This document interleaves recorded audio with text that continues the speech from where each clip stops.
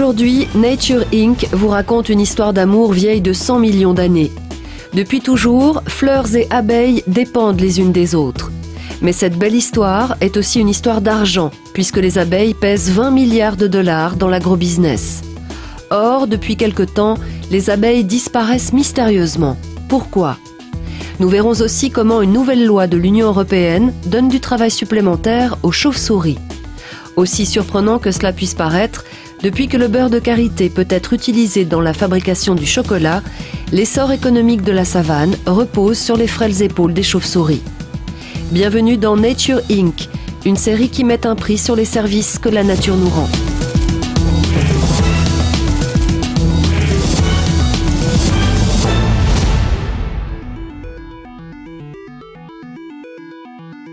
Il y a environ 200 ans, nous sommes entrés dans le marché du libre-échange.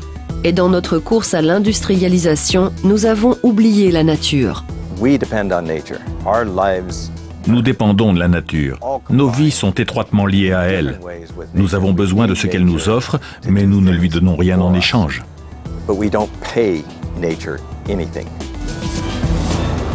Certains économistes admettent aujourd'hui l'idée défendue par des scientifiques. Nous devons inclure ce que nous offre la nature dans l'évaluation du PIB des nations. La nature est précieuse. Elle contribue au bien-être de l'homme.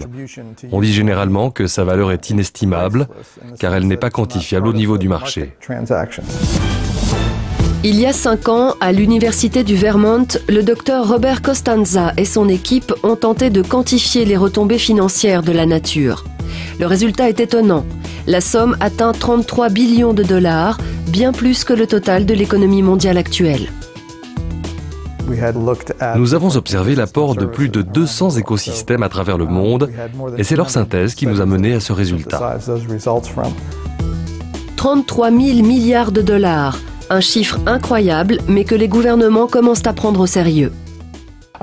Je pense que Costanza s'est trompé dans ses chiffres, mais il a le mérite de pointer du doigt la valeur incontestable des écosystèmes. Les chiffres sont discutables. Ils doivent l'être. Nous voulons créer la polémique pour que les gens réfléchissent à l'importance de la nature dans l'économie.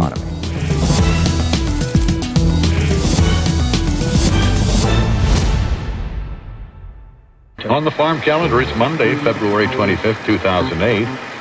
C'est la fin de l'hiver dans le nord de la Californie, le moment idéal pour observer la générosité de la nature. Dan Cummings prépare ses amandiers à la pollinisation. Leur floraison ne dure que 3 semaines. C'est un passage critique de l'année pour mon activité. Si nous n'avons pas la météo idéale pour que les abeilles volent et pollinisent, nous n'aurons pas une bonne récolte. Les abeilles et la pollinisation qu'elles assurent pour les producteurs d'amandes sont indispensables. Il n'y a pas d'alternative. Les amandes ne se fertilisent pas seules. Elles ont besoin d'un pollinisateur pour transférer le pollen d'une variété à une autre. Et le délai pour ça n'est que de 3 à 4 semaines en fin d'hiver. En fait, ces arbres sont en plein réveil. Leurs racines commencent à grandir. Ils n'ont pas encore leur feuillage. Ces arbres fruitiers sont les premiers de Californie à entrer en floraison.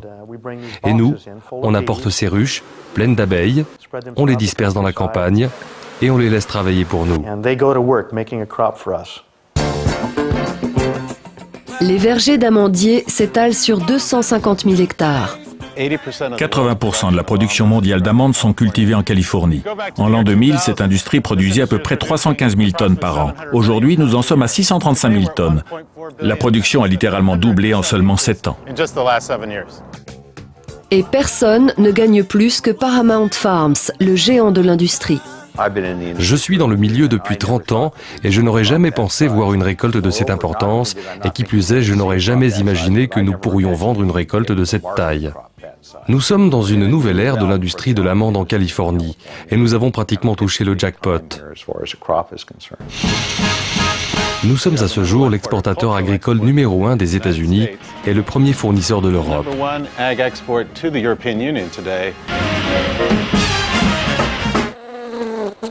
Mais cette percée de l'amande aurait été impossible sans un des nombreux cadeaux de la nature, la pollinisation.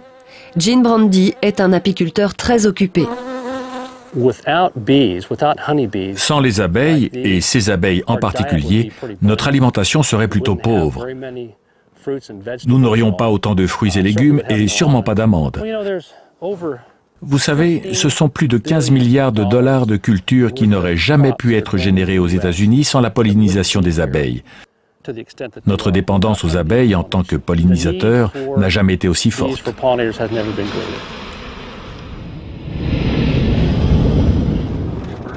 Scott Hunter fait partie de la seconde génération de cultivateurs d'amandes qui surfent sur la vague du succès. Mais il se demande pour combien de temps encore. Quand j'ai commencé en 92, les abeilles n'étaient pas un souci. Je veux dire, vous commandiez vos abeilles, vous appeliez votre apiculteur et d'un coup, les abeilles étaient là quand vous aviez besoin d'elles. Ce qui s'est passé, c'est que nous avons commencé à étendre nos plantations à l'ouest de l'autoroute I5. Et là, où à l'époque les grosses plantations étaient de 25 à 30 hectares, maintenant elles sont plutôt entre 200 et 240 hectares. Et là, les apiculteurs ont bien vu qu'ils pouvaient augmenter la quantité d'abeilles et augmenter le prix de leurs colonies, car on est entré en pénurie. Cette pénurie a fait monter les prix de 18 à 30 dollars jusqu'au tarif actuel de 145 dollars la ruche. Hunter Farms a 240 hectares de culture d'amandes. Paramount Farms en a 8000 et tous deux sont complètement dépendants des abeilles. C'est simplement l'offre et la demande. Puisqu'on peut élever des abeilles pour la pollinisation des amandes, chacun y mettra le prix qu'il faut. Les cultivateurs d'amandes ne discutent pas le prix pour la pollinisation.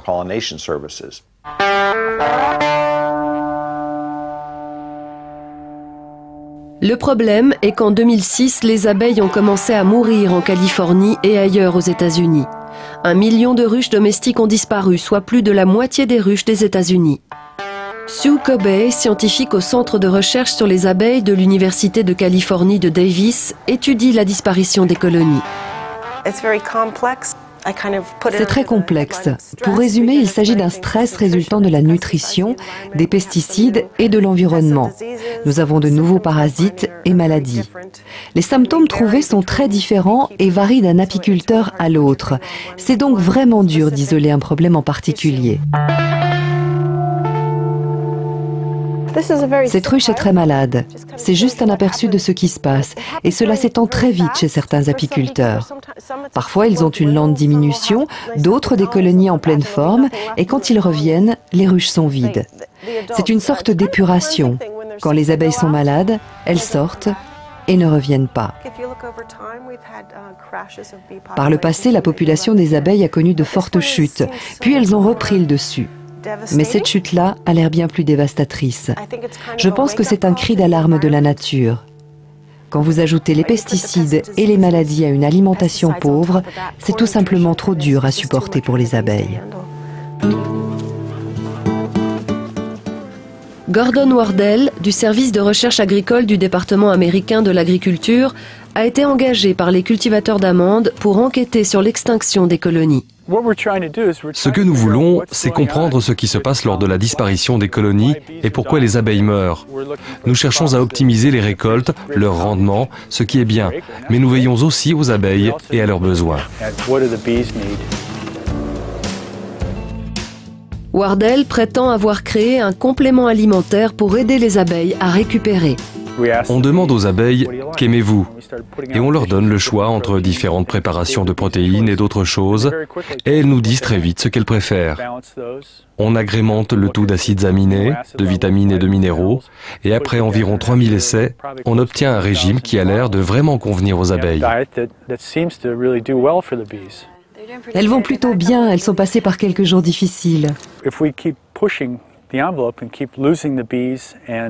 Si nous continuons à perdre des abeilles et que la production continue de croître, sommes-nous capables d'assurer la pollinisation? Ici, vous savez, c'est loin d'être naturel. À part les amandiers, il n'y a rien d'autre pour les abeilles. Toutes les mauvaises herbes sont enlevées et si c'est bon pour les plantations, c'est mauvais pour la diversité et les abeilles, comme nous, ont besoin de diversité.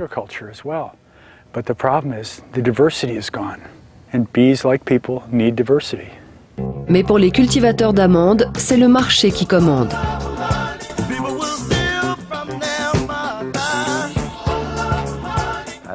J'aime le concept d'une agriculture durable et nous essayons de faire du mieux que nous pouvons, mais le problème c'est que notre monde s'est tellement développé que l'agriculture intensive est devenue nécessaire pour pouvoir nourrir tout le monde.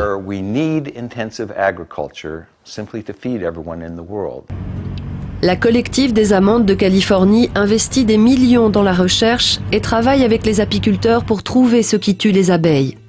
Mais Scott Hunter, comme beaucoup d'autres petits agriculteurs, parvient à satisfaire l'augmentation de la demande malgré la disparition des abeilles. Il loue des abeilles à l'étranger. Je vois que vous avez quelques abeilles d'Australie. Oui, dans notre ranch ici, nous sommes à l'heure australienne cette année. Et nous essayons cela car le prix des abeilles devient complètement fou. Ils ont perdu la tête. Les abeilles représentent 20% du coût de production de Scott Hunter. Avant l'effondrement des colonies, c'était 5%. La grande question est à quel moment l'argent que j'investis dans la pollinisation commencera à affecter la viabilité de ma ferme familiale. Et pour le futur, je veux léguer mon ranch à mon fils et aux prochaines générations. Alors je me demande jusqu'à quand nous pourrons rester rentables et ça m'inquiète un peu. En fait, je suis vraiment inquiet.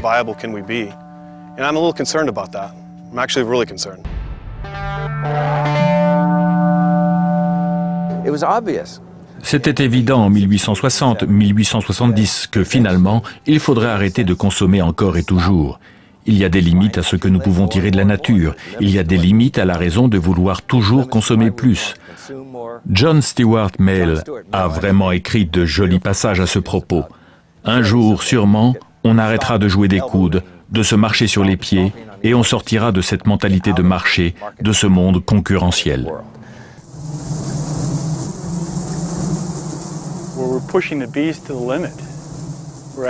Nous poussons les abeilles à bout. Vous savez, nous leur demandons déjà beaucoup trop et c'est pourquoi nous avons des problèmes. Elles meurent par milliers. C'est notre comportement qui diminue leur espérance de vie et nous les avons poussées tellement à bout qu'elles n'en peuvent plus. Elles ne peuvent pas en supporter davantage.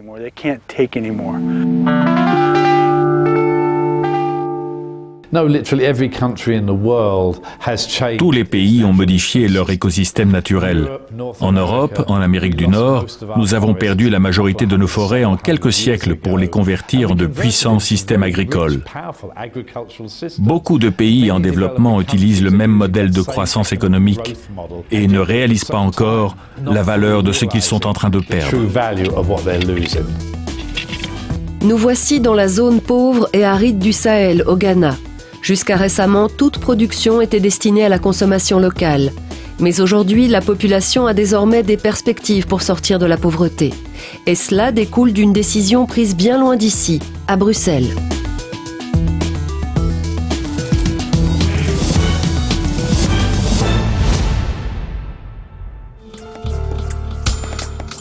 Ces arbres acarités, dont aucun n'a été planté par l'homme, sont à l'origine du beurre de karité, la matière grasse extraite de ces noix.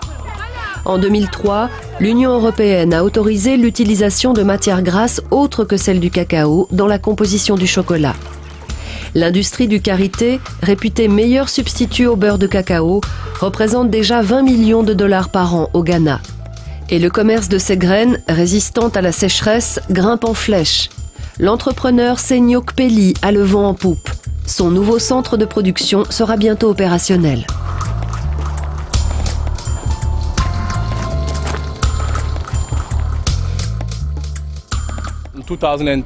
En 2003, nous avons exporté environ 5 tonnes de beurre de karité. En 2004, c'était le double, 10 tonnes. Et en 2007, on en exportait entre 50 et 100 tonnes. Ce commerce prospère repose sur le travail d'une des ouvrières les plus dénigrées de la nature. Regardez comme ces arbres sont chargés. Ce ne sont pas des fruits, mais des chauves-souris. Ces roussettes sont les plus grosses chauves-souris du monde. Elles jouent un rôle crucial dans le cycle de reproduction des arbres. Beaucoup de ces karités sont nées des graines dispersées par les roussettes, car la croissance de cet arbre est si lente que les hommes ne les plantent pas. L'arbre à noix de karité met environ 30 ans avant d'arriver à maturité. Ceci dissuade les gens d'investir dans cette culture. Parce que s'il faut attendre 30 ans pour faire sa première récolte, ce n'est pas gérable. Mais heureusement, les roussettes continuent de faire leur boulot et elles plantent toujours plus d'arbres. Le travail des bénévoles des chauves-souris est à l'origine de toute l'économie régionale. Le nom de cette ville du Ghana, Tamal, signifie littéralement le lieu des arbres à karité. Les marchés regorgent de ces noix et de beurre de karité, le produit le plus précieux issu de l'arbre, qui est également utilisé dans l'industrie des cosmétiques. Le beurre de karité pourrait bientôt changer la vie de millions de Ghanéens, grâce à l'appétit insatiable du monde pour le chocolat. L'industrie chocolatière génère plus de 74 milliards de dollars par an. C'est plus que l'industrie du diamant. Le chocolat est toujours fabriqué à base de fèves de cacao, mais la forte hausse de la demande et l'instabilité politique des pays producteurs ont créé un manque qui a été comblé par le beurre de karité. Ce business florissant repose sur le travail des chauves-souris, mais elles n'en récoltent aucun fruit. Elles souffrent d'une mauvaise réputation. Partout dans le monde, on les associe à la chauve-souris vampire, crainte et diabolisée.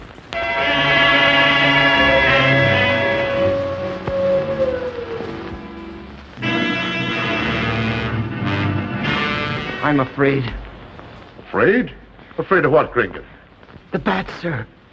Big giant bats, with wings like an eagle. Mais en réalité, la victime, c'est la chauve-souris. Les roussettes sont végétariennes et inoffensives. Quelques 200 espèces dans le monde jouent un rôle important de pollinisateurs et semeurs de graines, mais elles sont souvent vues comme un prédateur pour les plantations. Ici, en Afrique de l'Ouest, où la viande de brousse est appréciée, on les tue pour les manger. Au niveau mondial, une espèce de chauve-souris frugivore sur 5 est menacée.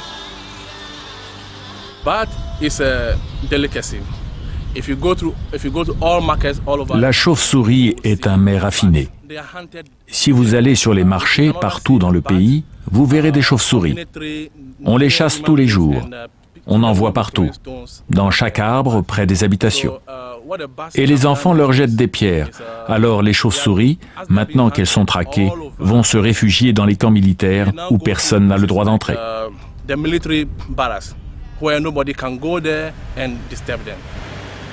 L'hôpital militaire d'Accra abrite une des plus grosses colonies de chauves-souris frugivores d'Afrique de l'Ouest.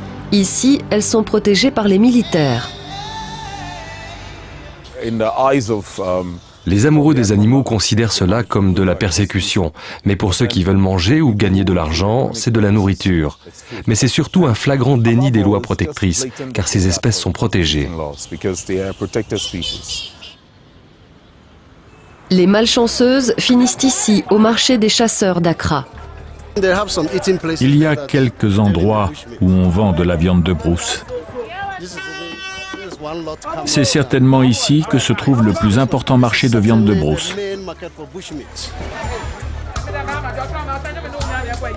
Beaucoup d'espèces sauvages sont considérées comme des mets raffinés et contrairement à ce qu'on pourrait croire, le commerce de leur viande n'est pas illégal. La chasse de certaines espèces comme ce rongeur n'est pas contrôlée. D'autres, comme celle des chauves-souris, sont réglementées. Ici, ils vendent de tout. Comme ils savent quelles espèces sont protégées, quand ils en ont, ils ne les apportent pas jusqu'ici. Ou alors ils les cachent pour les vendre.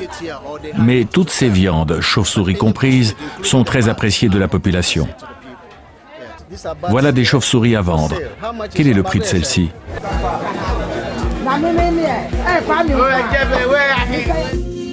Les chauves-souris du Ghana n'intéressent pas que les amoureux de la nature.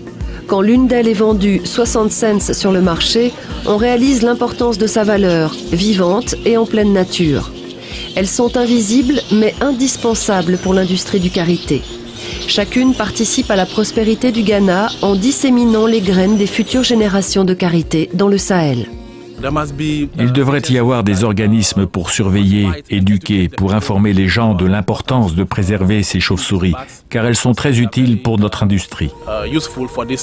Un arbre à karité produira des noix durant plus d'1 siècle. C'est le fantastique bénéfice du travail des chauves-souris et autres animaux semeurs de graines. Et si nous voulons produire aussi du beurre de karité pour l'industrie cosmétique et la confiserie, nous devons aider les chauves-souris à continuer de semer ces graines. Ici, c'est leur raison d'être. D'où va venir le changement ? Qui va nous aider à conserver la nature en ordre de marche ? Dans chaque épisode de Nature Inc., le mot de la fin revient à un visionnaire. Aujourd'hui, nous donnons la parole au marché international, à l'une des plus importantes banques mondiales. Une des premières choses que j'ai apprises est que vous ne pouvez pas gérer ce que vous ne mesurez pas. C'est notre problème fondamental aujourd'hui. Notre boussole économique est cassée. La croissance de notre PIB ne tient pas compte des nombreuses ressources que nous offre la nature. SocDev prépare un rapport innovant, financé par le gouvernement allemand, sur la valeur économique de la nature. Son but est de convaincre les politiciens que protéger la nature, c'est bon pour la nature et c'est bon pour le business.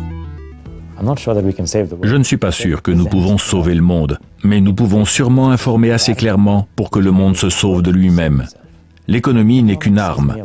Vous choisissez ou vous tirez. C'est le plus souvent un choix éthique. Avant, c'était des marais, mais maintenant, il ne reste plus que des eaux peu profondes à perte de vue. C'est une voie rapide pour la prochaine tempête. Le tsunami nous a rappelé que nous pourrions mieux utiliser et planifier les ressources naturelles à Aceh. L'équation est simple. Une meilleure protection de ces écosystèmes, c'est une meilleure protection contre les mauvaises catastrophes météorologiques.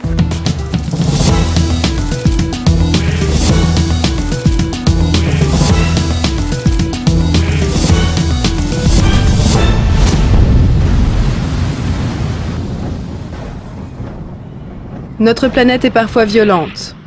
Les hommes ont toujours vécu avec les ouragans, les cyclones, les séismes, les éruptions volcaniques et les glissements de terrain. À mesure que la population de la planète augmente, elle a été multipliée par 6 en un peu plus d'un siècle, de plus en plus de personnes doivent faire face à des catastrophes. En 2008, selon la Fédération internationale de la Croix-Rouge, au moins 240 000 personnes ont péri à la suite de catastrophes naturelles. Le coût des infrastructures et des maisons détruites s'élevait à 220 milliards de dollars. Selon le plan d'action de l'ONU, les écosystèmes sont indispensables pour protéger les sociétés, pour qu'elles soient moins vulnérables. Dans cette édition de Nature Inc., nous allons démontrer pourquoi l'absence d'investissement dans la protection naturelle explique le lourd tribut payé en vie et en dollars. Cependant, des signes encourageants montrent que certains pays tirent des leçons de leurs erreurs et investissent pour préserver leurs barrières naturelles.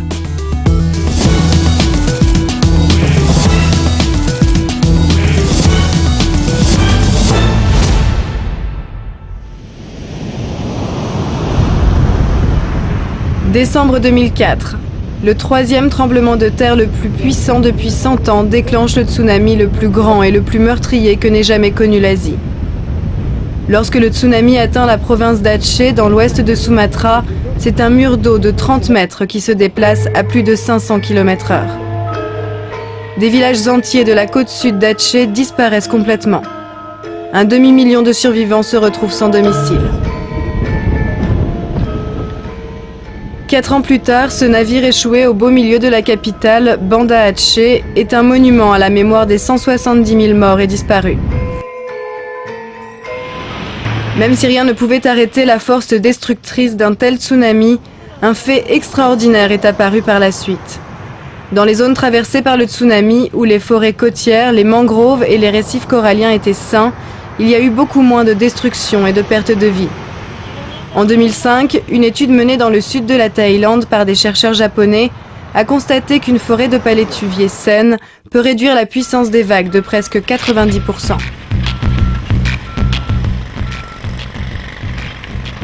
Une des raisons pour lesquelles le nombre de morts a été si élevé, c'est que 70% de la mangrove de l'ouest de Sumatra a été rasée pour faire place à des étangs d'élevage de crevettes et à la production de charbon de bois. La province d'Aceh est en conflit depuis des décennies avec Jakarta pour obtenir son indépendance. Suite au tsunami, une paix fragile a été signée. Les autorités sont déterminées à restaurer la mangrove et 150 000 hectares ont déjà été replantés le long du littoral d'Aceh. Une étude récente des Nations Unies a estimé la valeur des services fournis par un seul kilomètre carré de forêt de mangrove à 900 000 $ US par année. Aceh veut maintenant aller encore plus loin, Avec l'aide de Mike Griffiths, un biologiste de Nouvelle-Zélande, ils ont lancé un projet visant à faire de la protection de l'environnement une priorité dans la province d'Aceh. Être mieux préparé pour une prochaine catastrophe naturelle est un élément clé pour les autorités locales. Nous avons beaucoup de chance. Dans la province d'Aceh, nous sommes soutenus au niveau local, mais aussi au plus haut niveau politique. Certaines des personnes les plus riches d'Aceh ont fait beaucoup pour protéger cette forêt, et certains politiques se sentent très concernés par la protection de l'environnement à Aceh. Le projet est bâti autour de l'écosystème de Leuser, un des 25 écosystèmes les plus gravement menacés dans le monde, selon l'Union internationale pour la conservation de la nature. Le site fait maintenant partie du patrimoine mondial. L'écosystème de Leuser couvre encore la moitié de la province. De nos jours, comme il faut parler d'argent, nous avons commandé une étude afin d'évaluer la valeur économique totale de l'écosystème de Leuser. Cette valeur est estimée à 2,64 milliards de dollars par année, qu'il s'agisse des arbres qui absorbent les eaux d'inondation ou des chauves-souris qui sont les principaux pollinisateurs des forêts de palétuviers. Ces arbres sont plantés en ce moment dans la province d'Aceh comme rempart contre les tsunamis. Le tsunami nous a rappelé que nous pourrions mieux utiliser et gérer les ressources naturelles à Aceh. Dans de nombreux cas, le tsunami nous a permis de réexaminer le développement de nos villages et de nos villes. Et ça nous a donné la chance de réfléchir attentivement à ce que la nature nous donne et de corriger les erreurs du passé. La Nouvelle-Orléans, en Louisiane. En août 2005, l'ouragan Katrina frappe l'une des plus vieilles villes des États-Unis.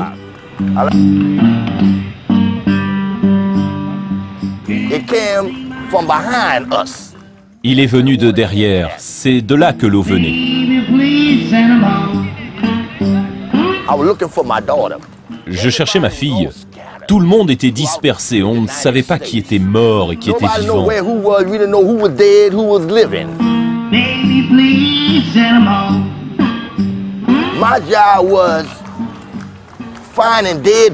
Je m'occupais de trouver des cadavres et de les attacher au poteau afin qu'ils ne finissent pas dans les égouts.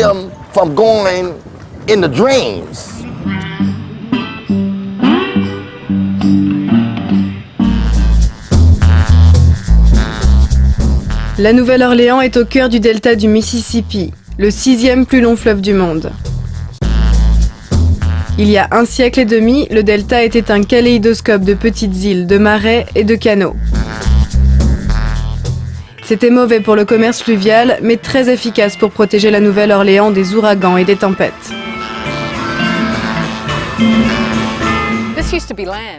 Il y avait des terres ici avant. Il est question de la perte de terre tout le temps.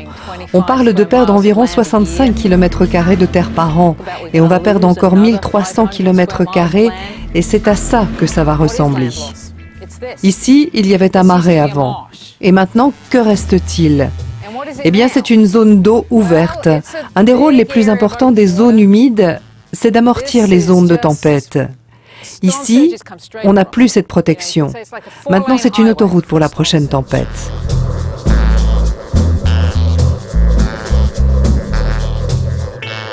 Le professeur Denise Reed est un expert en mécanique des systèmes fluviaux auprès du département de restauration du littoral de Louisiane.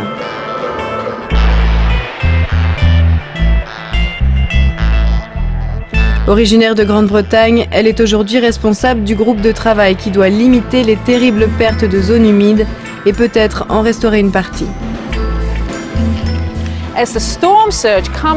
Lorsque la tempête arrive, la grande complexité du terrain qu'elle doit traverser contribue réellement à la freiner. Ce n'est pas seulement un élément individuel comme un brin d'herbe, c'est le fait qu'il y a des étendues immenses. Et on enchaîne eau, arbre et marée, eau, arbre et marée. Donc quand la tempête arrive, elle doit se déplacer à travers ce paysage complexe. Les perturbations ont commencé au 19e siècle, lorsque des canaux ont été construits pour accueillir des navires toujours plus gros. Ceux-ci transportent des marchandises sur le Mississippi pour rejoindre la mer. La construction de canaux s'est accélérée vers le milieu du XXe siècle. Les canaux empêchent les sédiments apportés par le fleuve de former des zones humides. Depuis les années 30, 1/5 du delta a été transformé en eau libre, ce qui diminue la valeur économique et écologique du delta de près de 15 milliards de dollars par année. Ce qui est bon pour les navires a donné le blues au delta.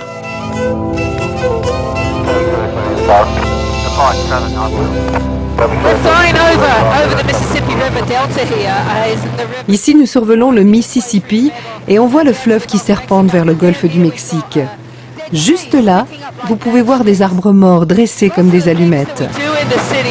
La plupart des activités de la ville dépendent de l'eau, donc du fleuve, et de l'accès des bateaux pour charger et décharger les marchandises. On doit donc avoir de l'eau tout près de la ville. C'est un des problèmes, ces canaux rectilignes profonds qui ont permis à la tempête d'avancer au moment de l'ouragan Katrina. La tempête n'est pas venue par la rivière, elle a traversé les zones humides et a frappé par les canaux. 16 000 km de canaux ont été creusés dans tout le delta du Mississippi. Cela fait presque la moitié du tour du monde. Leur construction a été financée par une seule industrie, celle du pétrole. Port-Fourchon est situé sur la côte du golfe du Mexique, à seulement 40 km au sud de la Nouvelle-Orléans, et c'est l'un des plus grands ports de service pour l'approvisionnement en pétrole des États-Unis. Dans un rayon de seulement 100 km, il y a plus de 600 plateformes qui acheminent du pétrole jusqu'au port par des pipelines. Elles représentent 60% de la capacité de raffinage du pays. L'ironie du sort, c'est que ce sont les canaux qui menacent maintenant l'industrie qui les a construits. Après la saison des ouragans de 2008, cette digue en mauvais état est le seul rempart qui protège une bonne partie des réserves pétrolières des États-Unis. L'industrie pétrolière tente désespérément de réparer la digue.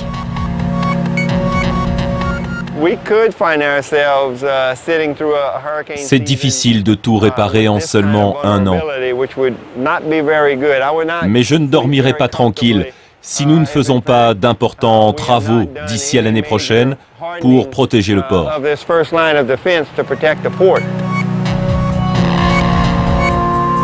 Malgré le passage de l'ouragan Katrina, les zones marécageuses continuent de diminuer. Des routes sont encore construites, de même que des pipelines. Selon l'Université d'État de la Louisiane, le delta du Mississippi est la zone terrestre qui disparaît le plus rapidement sur Terre. C'est donc l'ampleur de la tâche qui attend le professeur Reed et le département chargé d'inverser le modèle de développement des 150 dernières années. Les sédiments de la rivière constituent une de nos ressources les plus importantes pour sauver la côte de la Louisiane. Mais ils partent directement dans le golfe du Mexique. 120 millions de tonnes de sédiments par an, ça représente le Superdome de Louisiane rempli à ras-bord, 11 fois chaque année.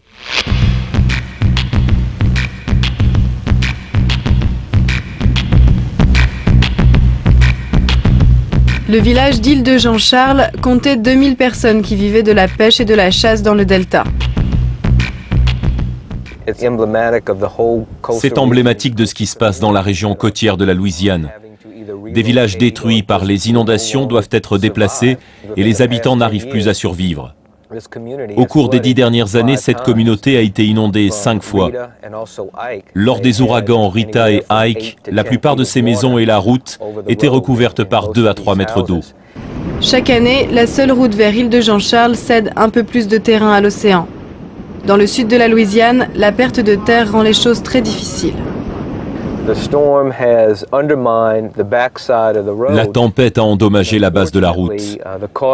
Et malheureusement, les coûts de la réfection de la route dépassent la valeur des terrains du village.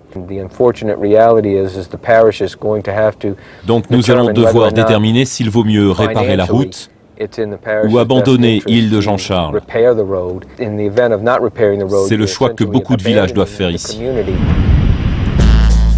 Depuis Katrina, le corps des ingénieurs de l'armée américaine a dépensé 10 milliards de dollars pour la construction de digues artificielles pour protéger la ville de la Nouvelle-Orléans.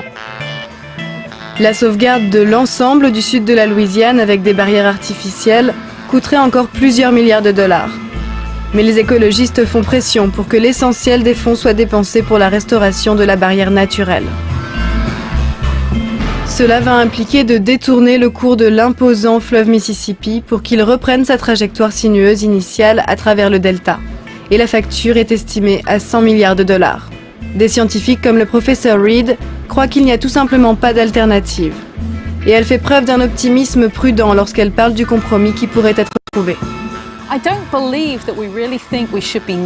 Je ne crois pas que la navigation et le commerce de marchandises devraient se faire de la même manière au XXIe siècle qu'au XIXe et XXe siècle. Les choses vont changer.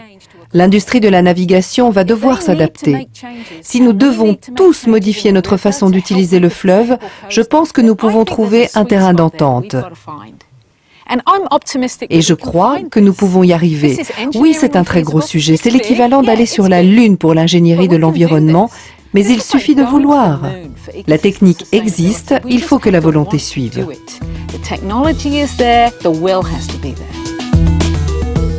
Cuba et Haïti sont voisins dans les Caraïbes, distants de seulement 120 km. Mais quand il s'agit de se préparer aux catastrophes naturelles, ils sont très éloignés. Il y a eu plusieurs inondations, c'était dans la nuit, donc les gens n'ont pas eu le temps de se déplacer. Haïti, la plus ancienne nation indépendante des Caraïbes et le premier État des Amériques en faillite. C'est un triste exemple de ce que la mauvaise gestion étatique peut provoquer dans un pays. 80% de la population en rapide augmentation vit dans une pauvreté insupportable. 40% du PIB d'Haïti provient de l'aide étrangère et la plupart du reste vient des envois des fonds des Haïtiens qui ont fui aux États-Unis. L'environnement est tellement dégradé que les dernières couches de terre arable sont en train de disparaître des versants dénudés de ces collines vers la mer.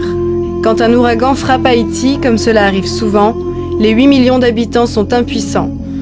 Pas d'arbres pour atténuer le vent, ni terre ni racines pour empêcher les glissements de terrain. En 2008, il y a eu plus de 1000 morts dans la seule ville des Gonaïves après le passage de l'ouragan Ike. Juste à côté, seuls 4 Cubains sont décédés lors du même ouragan. Pourquoi ? Le gouvernement est-il prêt? Y a-t-il un plan d'évacuation? Les infrastructures sont-elles adéquates pour évacuer les gens? Et y a-t-il des forêts prêtes à absorber la pluie? Chaque fois que nous voyons un ouragan s'approcher d'Haïti, nous sommes très inquiets. Nous savons que Cuba peut s'en sortir, la Grenade et la Jamaïque aussi. Ils ont bien préparé leur plan d'évacuation. À Cuba, les gens sont évacués avant une catastrophe. En Haïti, il y a une absence de gouvernement, un manque d'infrastructures, et les pluies déclenchent invariablement des crues éclairs. À bien des égards, Haïti est une catastrophe latente. Voici la première ligne de défense de Cuba contre les ouragans, et voici l'homme en charge de la protéger. Voici notre première ligne de défense contre ces phénomènes climatiques qui semblent être plus fréquents chaque année dans les Caraïbes.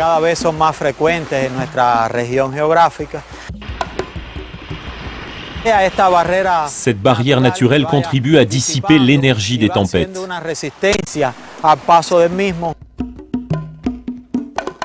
Si nous nous débarrassions de ces obstacles, nous devrions dépenser une fortune pour fabriquer des barrières artificielles qui ne seraient jamais aussi efficaces que la nature. Comme Haïti, Cuba a été colonisé pour produire des cultures marchandes pour l'Europe, principalement le sucre et le tabac. Après la révolution de Fidel Castro il y a 50 ans, le changement est arrivé lentement. Tout d'abord, des siècles d'exploitation des ressources naturelles ont laissé l'environnement en très mauvais état. Ensuite, l'embargo imposé par les États-Unis a nui à l'économie et donc à l'environnement. Et finalement, nous avons fait les mêmes erreurs que dans le passé. Au cours des années 60 et 70, les relations privilégiées de Cuba avec l'Union soviétique l'ont transformé en un fournisseur fortement subventionné de produits pour le bloc de l'Est. Après la chute du mur de Berlin, l'île a dû se réinventer à nouveau. Dans les rues de la Havane, de nombreuses voitures sont des reliques des années 60. Mais selon le régime socialiste, les politiques environnementales du pays sont, elles, plutôt avant-gardistes. Des directives de protection très strictes sont en vigueur. Selon le rapport Planète Vivante 2006 du WWF, l'Organisation mondiale de la protection de la nature, Cuba est le seul pays au monde qui met en pratique le développement durable.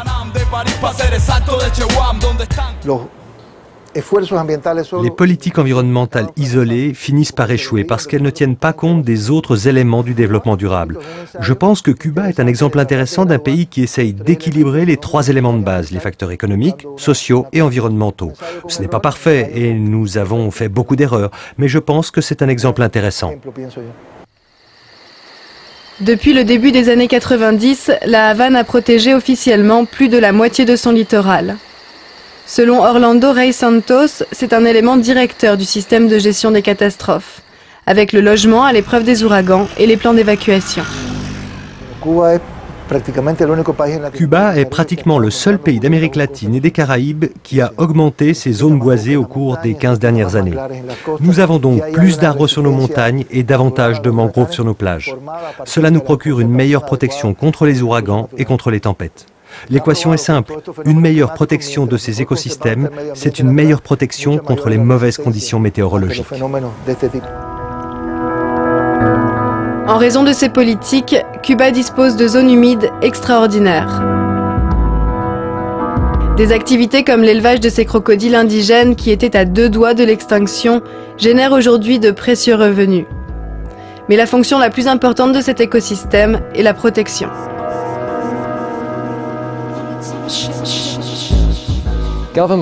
Les gouvernements ont la responsabilité de protéger leurs citoyens. Comment interprètent-ils cela quand il s'agit de protection contre les inondations? Quels sont les compromis financiers? Comment évaluer les risques? Si l'on écoute les prévisions des spécialistes du climat sur l'augmentation des catastrophes naturelles, la hausse de la température des mers, c'est une catastrophe en soi. Ce n'est pas quelque chose qui va se produire, c'est déjà en cours aujourd'hui.